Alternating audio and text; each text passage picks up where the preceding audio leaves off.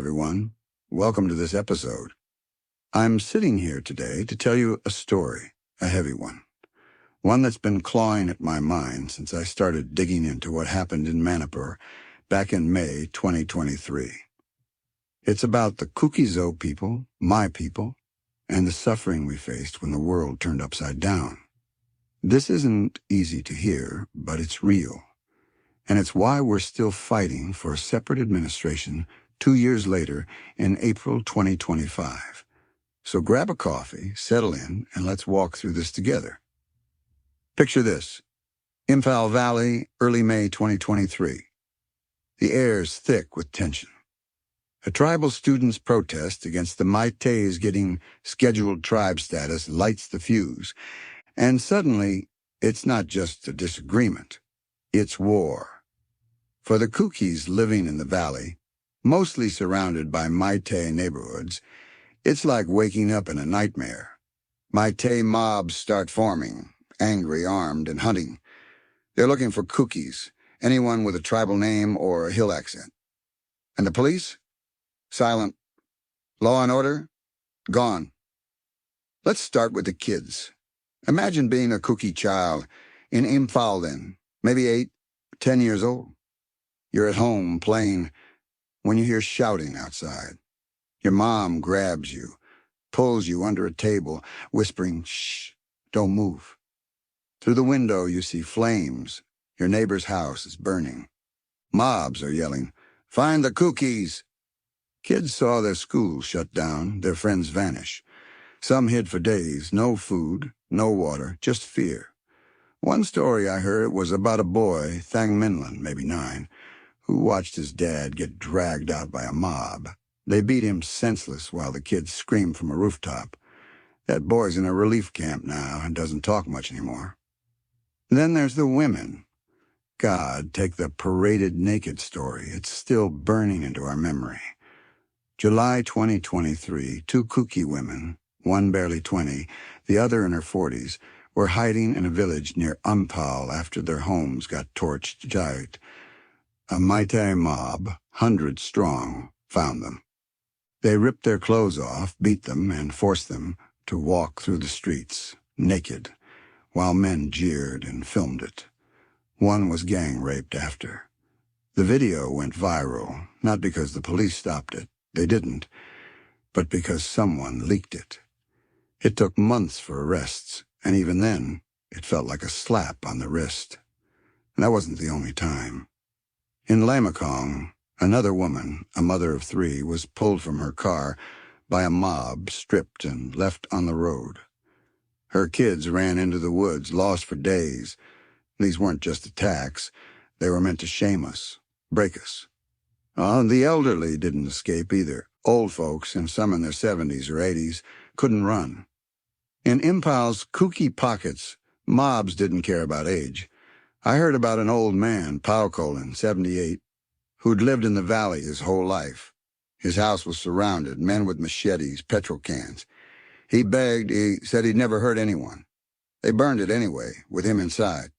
His grandkids got him out barely, but he's blind in one eye now from the smoke. Elderly Kukis who made it out were left with nothing. No medicine, no blankets, just the clothes they wore. And the police. You'd think they'd step in, right? Nope. Witnesses say they stood by, watched houses burn, watched mobs loot armories, thousands of guns taken, and did nothing. Some Kukis even claimed the police pointed mobs toward their homes. Law and order didn't fail, it vanished. Then there's this whisper about government mercenaries. That's what some call the Arambai Tingol, a Meitei militia. People say they had state backing. Too organized, too armed for a random group. They'd roll into Kuki areas with rifles, tear gas, like they owned the place. The government denies it, but when you see videos of them strutting past police lines, untouched, you wonder. For the Kukis who fled Imphal, the hills became their lifeline. Churachandpur, Kangpokpi, places like that. Relief camps sprang up, but calling them relief feels generous. Picture hundreds crammed into schools or churches. Kids with no shoes, women nursing babies with no milk, old folks coughing through the night. I talked to a woman, Ling Kim, who's been in a camp since 23. She said, "We've got tents, some rice, but no future." Disease spread fast, malaria, dysentery, and medicine was scarce. The government sent some aid, but it trickled in slow like they forgot us. But here's the light in the dark, our community. Kuki-Zo folks rallied hard. Villages opened their doors, churches collected clothes, young guys formed patrols to guard the camps. Groups like the KSO, Kuki Students Organization, and ITLF, the Indigenous Tribal Leaders Forum, stepped up, organized supplies, got our story out. Even Kukis abroad sent money, food. It wasn't enough to fix everything, but it kept us alive. That's who we are. When the world turns its back, we hold each other up. Now let's talk about why we're demanding a separate administration. It's not new. This idea has been simmering since the 90s, when we clashed with the Nagas over land. Back then, we sorted it out, carved our space in the hills. But this time it's different. The Meiteis run Manipur. Imphal's their stronghold, and we've got no voice there. When the violence hit, our MLAs, 10 of them, said the state was complicit, that we can't live under a government that lets us burn. They're right. How do you trust a system that watches your kids starve, your women bleed, your elders die? A separate administration means self-governance, our own council, our own rules, still part of India, but free from Manipur's grip. The ITLF's been pushing it, even threatening to declare it ourselves if Delhi doesn't act. The Meiteis hate it, say it splits their integrity. But what integrity's left when your neighbor's a target? The center's been quiet, sent some troops in 23, but no real fix. We need this because the past taught us we survive by standing together, and the future depends on us controlling our own fate. Why is it so important? Because we've lost too much. 250 lives, homes, trust. Kids like Thang Minlin deserve a chance to heal, not hide. Women like those paraded deserve justice, not shame.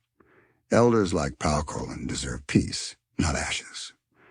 A separate administration isn't just politics, it's safety, dignity, a shot at rebuilding. Without it, we're stuck in this cycle, waiting for the next mob, the next fire. Our past was resilience. Our present is pain. Our future has to be ours. So that's the story, or at least part of it. It's April 2025, and we're still here, still fighting. The camps are still full.